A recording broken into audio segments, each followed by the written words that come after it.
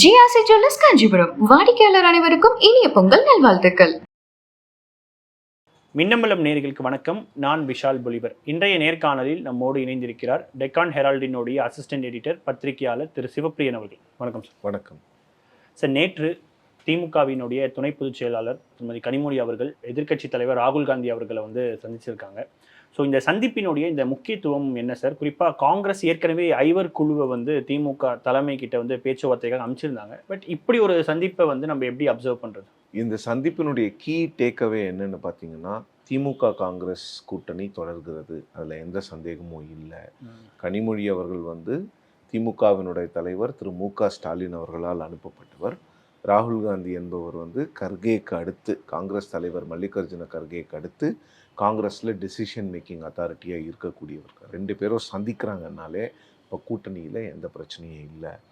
ராகுல் காந்தி அவர்கள் ஏன் கனிமொழியை சந்தித்தார் என்றால், இதுவரைக்கும் தமிழ்நாட்டில் இந்த 2 மாதமாக காங்கிரஸ் திமுக உறவில் இருந்த இரிட்டன்ஸ் எல்லாமே கிட்டத்தட்ட பிரவீன் சக்கரவர்த்தி அவர்கள் விஜயை பார்த்தது, கிரீஷ் சோடங்கர் இங்கே முதல்வர்கிட்ட பேசினது, இது எல்லாமே ராகுல் காந்தியினுடைய ஒப்புதலோடு நடக்கிறதோ அப்படிங்கிற ஒரு சந்தேகம் எல்லாருக்குமே இருந்தது.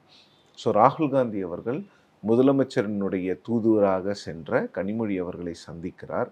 கிட்டத்தட்ட 15 நிமிடம் உரையாடுகிறார். அப்படின்னாலே அப்போ எந்த பிரச்சனையும் இல்லை. சின்ன சின்ன பிரச்சனைகள் இருந்தாலும் அந்த பிரச்சனைகளை சால்வ் பண்ணுறதுக்கு நாங்கள் தயாராக இருக்கோம் 2 தரப்பினரும் சொல்வது தான் இந்த சந்திப்பு. ஸோ அந்த சந்திப்பில் என்ன நடந்தது? என்னுடைய தகவலின்படி கிட்டத்தட்ட ஒரு ரொம்ப சுமூகமான ஒரு சந்திப்பு, வெரி கார்டியல் மீட்டிங், ஒரு அனிமோசிட்டி கிடையாது. இன்னொன்று பார்த்தீங்கன்னா, கனிமொழி அவர்களை முதலமைச்சர் சூஸ் பண்ணதுக்கும் காரணம் என்னென்னா, அவங்க ரொம்ப சாஃப்ட் அப்ரோச் கொண்டவங்க.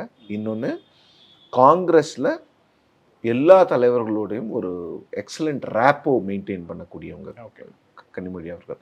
சாஃப்டாக பேசுகிறது மட்டும் இல்லாமல் இஷ்யூஸை எப்படி டிப்ளமேட்டிக்கலாக ஹேண்டில் பண்ணணும், காங்கிரஸில் சோனியா காந்தி அவர்களாகட்டும், மல்லிகார்ஜுன கர்கே, திரு ராகுல் காந்தி, பிரியங்கா காந்தி, இவங்க எல்லாரோடையும் ஒரு நல்ல ஒரு நட்புறவில் இருக்கக்கூடியவங்க கனிமொழி. ஸோ அவங்கள அனுப்பும் பொழுது ஏதாவது டிஃபிகல்ட் இஷ்யூஸ் இருந்தாலும் அவங்கள வச்சு ஈஸியாக ஹேண்டில் பண்ணலாம். ஸோ இன்னொன்று, ராகுல் அவர்களுக்கும் திரு ஸ்டாலின் அவர்களுக்குமான ஒரு நல்லுறவும் இருக்குது. ஸோ இதெல்லாம் வச்சு பார்க்கும் பொழுது அதுதான் பேசிக் அந்த மீட்டிங். ஸோ இப்போ ராகுல் என்ன சொல்லியிருக்காருன்னா, நீங்கள் இன்னும் அந்த கமிட்டி போட மாட்டேங்கிறீங்க, நாங்கள் அந்த கமிட்டி போட்டுட்டோம், எங்கள் ஆட்கள் உங்களை பார்த்துட்டாங்க, கிட்டத்தட்ட 2 மாதம் ஆக போகுது. ஸோ கமிட்டி போட்டிருந்தீங்கன்னா அவங்க உட்காந்து பேசியிருப்பாங்க. ஸோ அதுதான் நிறைய ஸ்பெக்குலேஷனுக்கு இடம் கொடுத்துருக்கு. ஸோ திமுக ஏன் கமிட்டி அமைக்கலாம், நீங்கள் ஏன் இன்னும் அந்த கமிட்டியை அமைக்காமல் இருக்கிறீங்க? அந்த கமிட்டியை நீங்கள் ஃபார்ம் பண்ணிட்டீங்கன்னா எங்கள் ஆட்கள் வரப்போகிறாங்க, உங்கள் ஆட்கள் பேச போகிறீங்க, என்ன நம்பர்ஸுங்கிறது ஆட்டோமேட்டிக்காக நம்ம டிஸ்கஸ் பண்ணி அது ஒரு முடிவுக்கு வந்துடலாம், அந்த கமிட்டியை போடுங்கன்னு சொல்லியிருக்காங்க. கனிமொழி அவர்கள் February 1st வீக்கில் அந்த கமிட்டி போடுறதுக்கான வாய்ப்புகள் இருக்குது. போட்டுருவோம், போட்ட உடனே முதல்ல காங்கிரஸை தான் கூப்பிடுவோம், அதில் எந்த மாற்று கருத்தும் இல்லைன்னு சொல்லியிருக்கிறாங்க. ஸோ அதுக்கப்புறம் திரு ராகுல் காந்தி அவர்கள் காங்கிரஸ் தலைவர்களுக்கும் காங்கிரஸுடைய நிர்வாகிகளுக்கும் தகுந்த மரியாதை திமுகவில் கிடைக்கலன்னு எனக்கு தகவல் வருது. கடந்த 17ஆம் தேதி இந்த மாதம் நாங்கள் எங்களுடைய நிர்வாகிகளை 42 பேரை இங்கே அழைத்து நாங்கள் பேசும் பொழுது கீழே, அதாவது முதலமைச்சர் மதிக்கிறாரு, கனிமொழி போன்றவர்கள் மதிக்கிறாங்க, அமைச்சர்கள் மதிக்கிறாங்க, ஆனால் கீழே மாவட்ட அளவில் காங்கிரஸ் நிர்வாகிகளுக்கும் காங்கிரஸ் தலைவர்களுக்கும் தகுந்த மரியாதை இல்லை. சர்ச்சையினால அந்த ஒரு மரியாதை கிடைக்கலையா சார்? இல்லை, ஜென்ரலாகவே நீங்கள் ஆட்சிக்கு வந்த பிறகு எங்கள் கூட்டணியில் இருக்கவங்கள மதிக்கிறது இல்லைங்கிற மாதிரி ஒரு ஒப்பீனியன் இருக்குது. என்னுடைய தலைவர்கள் எல்லாம் அதை சொன்னாங்க. அதை சொல்ல வேண்டியது என்னோட கடமை. எங்களுக்கு டியூ ரெஸ்பெக்ட் இருக்கணும். காங்கிரஸில் நமக்குள்ள ஒரு நல்ல ஒரு ரிலேஷன்ஷிப் இருக்கலாம், நமக்குள்ள ஒரு நல்ல ஒரு ரேப்போ இருக்கலாம். பட் அந்த ரேப்போவும் அந்த ரிலேஷன்ஷிப்பும் பெர்குலேட் டவுன் ஆகணும். கீழே போனால் தான் அப்போ கேடஸ்க்குள்ள ஒரு நல்லுறவு இருந்தால் தான் ஜெயிக்கிறதுக்கு ஈஸியாக இருக்கும். ஸோ அது வேணும். உங்களுடைய கன்சர்ன்ஸ் எல்லாத்தையும் நான் போய் சிஎம் கிட்ட சொல்கிறேன் அப்படின்னு கனிமொழி அவர்கள் சொல்லியிருக்கிறாங்க. அதன் பிறகு ராகுல் காந்தி ஒரு கிளாரிட்டி கேட்டிருக்காரு. டிஎம்கே ஏன் பவர் ஷேரிங்கை ரெசிஸ்ட் பண்ணுறீங்க, அந்த டிஸ்கஷனுக்குள்ளேயே ஏன் வரமாட்டேங்கிறீங்க நீங்கள், அதனால் என்ன பிரச்சனைன்னும் போது கனிமொழி அவர்கள் டிஎம்கேவினுடைய ஸ்டாண்டை சொல்லியிருக்காங்க. மாநிலத்தில் சுயாட்சி, மத்தியில் கூட்டாட்சிங்கிறது எங்களோட தத்துவம். ஸோ இந்த தத்துவத்தில் என்னென்ன விஷயங்கள் இருக்குது, இதே மாதிரி 1980 காங்கிரஸும் டிஎம்கேவும் ஈக்குவல் சீட்ஸில் நின்று ஆட்சி அமைப்போன்னு சொல்லும்போது மக்கள் அதை ஏற்றுக்கல. 2006 பெருசாக நீங்களும் புஷ் பண்ணல, நாங்களும் கொடுக்கறதுக்கு தயாராக இல்லை. இதெல்லாம் தான் பேக்ரவுண்ட். ஸோ அது வந்து தமிழ்நாடு போன்ற மாநிலத்தில் அது வந்து எடுபடாது. ஒரு ஆட்சியில் பங்கு, அதிகாரத்தில் பங்குங்கிற கொள்கையை, ஒரு ஸ்லோகனை எங்களால் அதை வந்து மக்கள்கிட்ட ரீச் பண்ண முடியாது, மக்கள் ஏற்றுக்க மாட்டாங்கன்னு சொல்லியிருக்காங்க. ராகுல் காந்தி அதை கேட்டுக்கிட்டு இருக்கார். ஸோ அந்த பவர் ஷேரிங் பற்றி நடந்தது, இதுதான் டிஸ்கஷன். நேரடியாக கேட்டுட்டாரு. இல்லை ஈ வாண்டட் டு நோ ஏன் நீங்கள் ரெசிஸ்ட் பண்ணுறீங்க. அவங்க ரெசிஸ்ட் பண்ணுறாங்கங்கிறது ராகுல் காந்திக்கு தெரியும். டிஎம்கே வந்து ஏற்கனவே திரு கிரீஷ் சோடங்கர் மூலமாக ராகுல் காந்திக்கு மெசேஜை கன்வே பண்ணிட்டாங்க, எங்களால் பவர் ஷேரிங் கொடுக்க முடியாதுன்னு. ஸோ ஏன் ரெசிஸ்ட் பண்ணுறீங்க, அதில் இருக்கக்கூடிய பேக்ரவுண்ட் என்ன, எதனால் நீங்கள் அந்த விஷயத்தை வந்து பேசவே மறுக்கிறீங்கிற மாதிரி கேள்விகள் கேட்டிருக்காங்க. இந்த வார்த்தைகள் எல்லாம் என்னுடையது, க்ரக்ஸ் இதுதான். ஏன் ஐ வாண்ட் டு அண்டர்ஸ்டாண்ட் அப்படின்னு கேட்டிருக்காரு. இவங்களும் எக்ஸ்பிளைன் பண்ணியிருக்கிறாங்க. அதன் பிறகு வந்து சீட் ஷேரிங் கமிட்டியை முதல்ல போடுங்க, அதை போட்டிங்கன்னா அவங்க உட்காந்து பேச போகிறாங்க. நம்பர்ஸ் பெருசாக இவங்க டிஸ்கஸ் பண்ணலை. ஏன்னா ராகுல் காந்தி வந்து ஒரு கமிட்டி போட்டிருக்கோம், நீங்களும் ஒரு கமிட்டி போட போகிறீங்க. அந்த கமிட்டி பேசுகிறதுக்கு முன்னால் நாம் பேசணும்னா அப்போ அந்த கமிட்டிக்கு எந்த ஒரு ரெஸ்பெக்டும் இல்லாமல் போயிடும். ஸோ கமிட்டியில் பேசட்டும், நீங்கள் ஒரு நம்பர் கொடுங்க, நாங்கள் ஒரு நம்பர் கொடுப்போம், அந்த நம்பர் எங்களுக்கு ஒத்து போதான்னு எங்கள் கமிட்டி எங்ககிட்ட வந்து பேசுவாங்க, நாங்கள் ஒரு பதில் சொல்லுவோம், அதை வந்து உங்கள் கமிட்டிக்கிட்ட சொல்லுவாங்க, உங்கள் கமிட்டி வந்து உங்ககிட்டையும் முதலமைச்சர்கிட்டையும் அது சொல்லுவாங்க. ஸோ அப்படி தான் ப்ராசஸ் இருக்கும். ஸோ அந்த ப்ராசஸை முதல்ல ஆரம்பிங்க, எல்லாம் சுமூகமாக போகும். ஒரு கட்டத்தில் திமுக கூட்டணியில் காங்கிரஸ் தான் இருக்கிறது. இந்த கூட்டணிக்கு ஒரு பிரச்சனையோ இல்லை இந்த கூட்டணியை த்ரெட்டன் பண்ணுற மாதிரி ஒரு விஷயத்த காங்கிரஸ் நிச்சயமாக பண்ணாது அப்படிங்கிற ஒரு அஷூரன்ஸை ராகுல் காந்தி கொடுத்த மாதிரி ஒரு தகவல். அதே அஷூரன்ஸை டிஎம்கேவும் கொடுத்துருக்கு. அப்போ 26ல் திமுகவோட தான் காங்கிரஸ் போக போகிறாங்க, நிச்சயமாக போக போகிறாங்க. அந்த நம்பர்ஸில் கொஞ்சம் சிக்கல்கள் வரும். அது வந்து அந்த அலையன்ஸ் சீட் ஷேரிங் டாக்ஸுக்குள்ளே போகும்போது அந்த சிக்கல்கள் இருக்கும். காங்கிரஸ் ஒரு நம்பர் கேட்பாங்க, டிஎம்கே ஒரு நம்பர் சொல்லுவாங்க, காங்கிரஸ் இல்லை இத்தனை நம்பர்ஸ் வேணும்பாங்க, டிஎம்கே அதுக்கு ஒத்துக்க மாட்டாங்க. அந்த சிக்கல்கள் வரும், நான் இப்போவே சொல்கிறேன். அந்த சிக்கல்கள் நிச்சயமாக இருக்கும். அது இல்லாமல் ஒரு சீட் ஷேரிங் டாக்ஸ் நீங்கள் பண்ணவே முடியாது. பட் இப்போது இந்த மீட்டிங்லேருந்து வரக்கூடிய டேக்அவே என்னென்னா, இன்னும் வந்து காங்கிரஸ் தலைவர்களோ இல்லை திமுக தலைவர்களோ பொதுவெளியில் கூட்டணி கட்சியினரை திட்டிக் கொள்ள மாட்டார்கள். பொது வெளியில் நீங்கள் ட்வீட் போட்டு இது பண்ணுங்க அது பண்ணுங்கன்னு சொல்ல மாட்டாங்க. எதாக இருந்தாலும் உள்ளுக்குள்ள டிஸ்கஷன் டேபிளில் தான் பண்ணணுங்கிறது தான். நான் முதல்ல சொன்ன மாதிரி இவங்க 2 பேர் மீட் பண்ணுறதே வந்து அலையன்ஸ் இல்லாமல் மீட் பண்ண மாட்டாங்க விஷயம். ஆனால் சார், இப்போது 2 வாரத்துக்கு முன்னாடி நம்ம பார்த்தோம், மேலிட தலைமையிலிருந்து யாரும் கூட்டணி குறித்து பேசாதீங்க, ஆனால் அதன் பிறகும் சர்ச்சை வந்தது. ஸோ இந்த மீட்டிங் கூட்டணி பற்றி யாரும் பெருசாக பேசல. பிரவீன் சக்கரவர்த்தி அவர்கள் வந்து அவரோட பர்சனல் கெப்பாசிட்டின்னு அவர் சொல்கிறாரு. விசில் பற்றி ஒரு இது போட்டார். மாணிக் தாகூர் பேசினது, ஜோதிமணி பேசினதெல்லாம் அவங்கள தாக்கி ஒரு திமுக எம்எல்ஏ பேசும்போது அவங்க பேச வேண்டிய கட்டாயம், இல்லைன்னா அது அவங்க கட்சிக்குள்ளே தப்பாக போயிடும். அதில் வந்து நீங்கள் காங்கிரஸை வந்து நீங்கள் குறை சொல்ல முடியாது. அதனுடைய ட்ரிகரிங் பாயிண்ட்டாக இருந்தது வந்து டிஎம்கே எம்எல்ஏ. அவர் அந்த மாதிரி விஷயங்களை பொதுவெளியில் பேசக்கூடாது. பேசும்பொழுது ஒரு பெரிய ரியாக்ஷன் வரும்போது ஆர்எஸ் பாரதி ஸ்டேட்மெண்ட் கொடுக்குறாரு, இனிமேல் அந்த மாதிரிலாம் பேசக்கூடாது அப்படின்னு. ஸோ இப்போ என்னன்னா கூட்டணியில் சிக்கல் இல்லை. இன்னொன்று, ராகுல் கன்வே பண்ண வந்த விஷயம், கனிமொழியை மீட் பண்ணுறதன் மூலம் ராகுல் கன்வே பண்ண வந்த விஷயம் என்னென்னா, எனக்கு விஜய் நண்பராக இருக்கலாம், நான் கரூர் விஷயத்தில் அவர்கிட்ட பேசியிருக்கலாம், ஆனால் அதுக்காக நான் திமுக கூட்டணியை விட்டுட்டு போகிறதுக்கான வாய்ப்புகள் இந்த தேர்தலுக்கு எங்களுக்கு இல்லை, அந்த எண்ணம் இல்லை. அதனால தான் கனிமொழி என்னை பார்க்க வராங்கன்னும் போது நான் அவங்களோட பேசுகிறேன். இன்னொன்று, காங்கிரஸ் தலைவர்கள் சொல்கிறதுன்னா, நாங்கள் எப்போ கூட்டணி விட்டு போகிறோன்னு சொன்னோம், கூட்டணி விட்டு போகிற எண்ணம் இருக்கிறவங்க நாங்கள் ஏன் சீட் ஷேரிங் டாக்ஸ்க்கு போய் உட்கார போகிறோம்.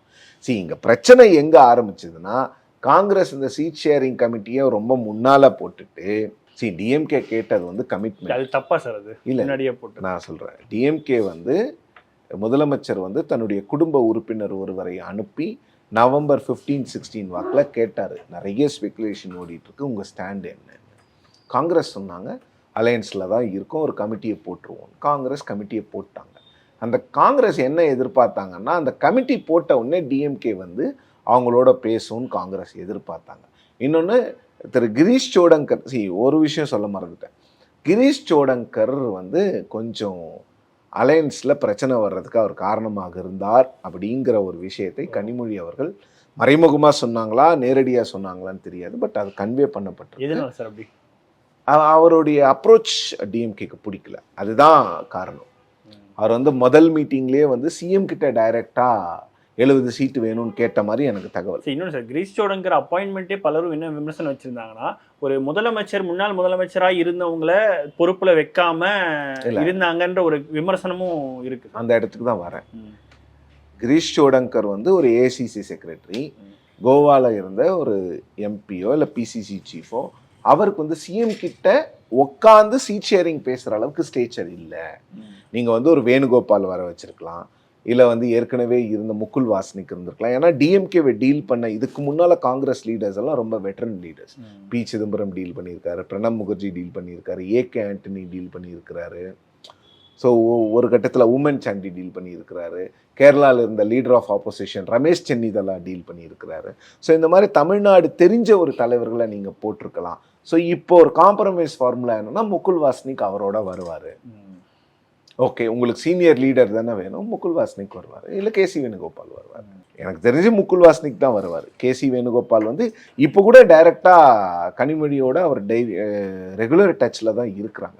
இன்னும் பாராளுமன்றம் வேற நடந்து கொண்டு இருக்கிறது. இந்த லீடர்ஸ்லாம் மீட் பண்ணிக்கிறதுக்கு ரொம்ப ஈஸியாக இருக்கும். யாரும் அப்பாயின்மெண்ட் கூட வாங்க வேண்டாம்.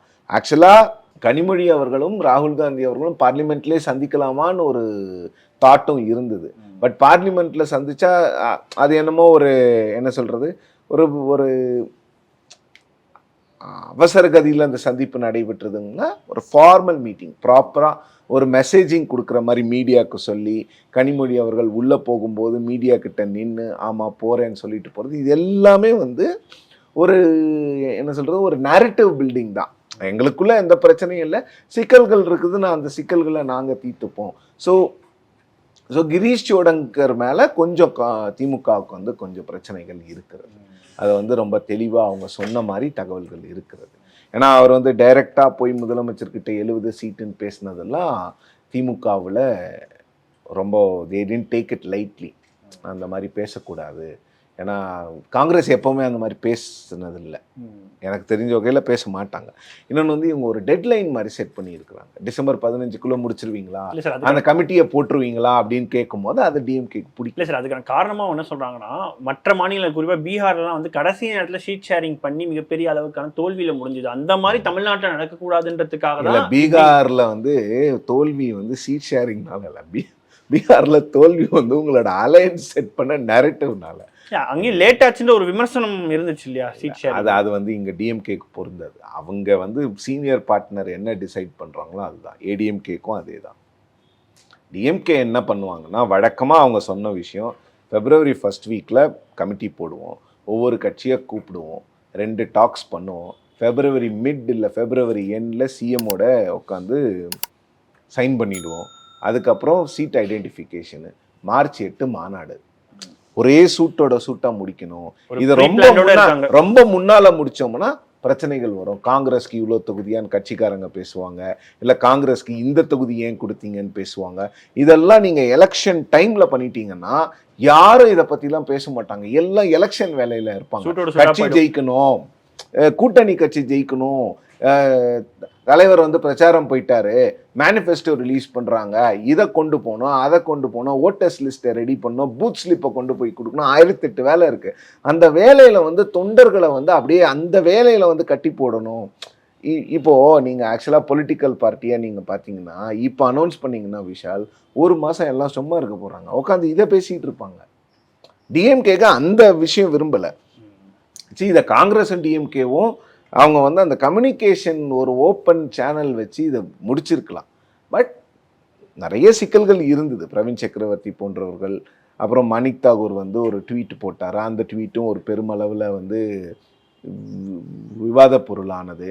அதன் பிறகு இப்போ கட்சி சொன்னோன்னே யாரும் போடலை. டிஎம்கேல இருந்தும் அவங்களுக்கு வந்து இன்ஸ்ட்ரக்ஷன்ஸ் வந்திருக்கு யாரும் போடக்கூடாதுன்னு சொல்லிட்டு. ஸோ இது வந்து சார்ட் அவுட் பண்ணிடுவாங்க. இப்போ நம்பர்ல இஷ்யூ வரும். நான் மீண்டும் சொல்றேன், நம்பர்ல பிரச்சனை ஒரு கேள்வி சார். இப்போ பீகாரோட ரிசல்ட்டுக்கு அப்புறமா டிஎம்கே சைட்ல இருந்து நிறைய பேர் வந்து காங்கிரஸுக்கு வந்து இதுக்கு மேல நிறைய தொகுதிகள் கொடுக்கக்கூடாதுன்ற ஒரு டாக்ஸ் போயிட்டு இருந்துச்சு. இப்போ இந்த சர்ச்சைக்கு வந்து ஒரு நம்ம சீட்டு குறைச்சிருவாங்களோ அப்படின்றதுக்காக இந்த கூட்டணி ஆட்சின்ற ஒரு மிகப்பெரிய ஒரு ப்ரெஷரை தூக்கி டிஎம்கே கிட்ட கொடுக்குறாங்களா காங்கிரஸ்? அப்படி நான் பார்க்கல. டிஎம்கேல ஐடி விங்ல பேசுறவங்கலாம் நீங்க சீரியஸா எடுத்துக்க கூடாது. அவங்களுக்கு கொடுக்கப்பட்டிருக்கின்ற வேலையை அவங்க செய்கிறாங்க.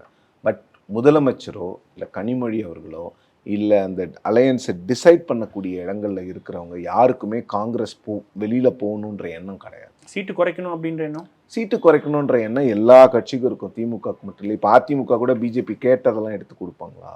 நிச்சயமாக கொடுக்க மாட்டாங்க விஷால்.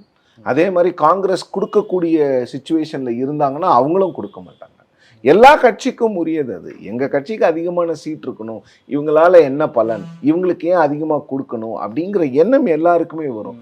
இன்னொன்று, டிஎம்கே என்ன நினைக்கிறாங்கன்னா, டிஎம்கே கேடர்ஸ் வந்து அவங்க வந்து நீங்கள் ரொம்ப சீட்டு கொடுத்தீங்கன்னா கீழே வேலை பார்க்க மாட்டாங்க. அது ஒரு பிரச்சனை இருக்குது. டிஎம்கேலையும் இருக்குது, ஏடிஎம்கேலையும் இருக்குது. ஏன்னா இவங்க வந்து ரொம்ப நாளாக வந்து இவங்க வந்து அந்த ஃபீல்டை டாமினேட் பண்ணிட்டாங்க. 2 திராவிடியன் பார்ட்டிஸுமே.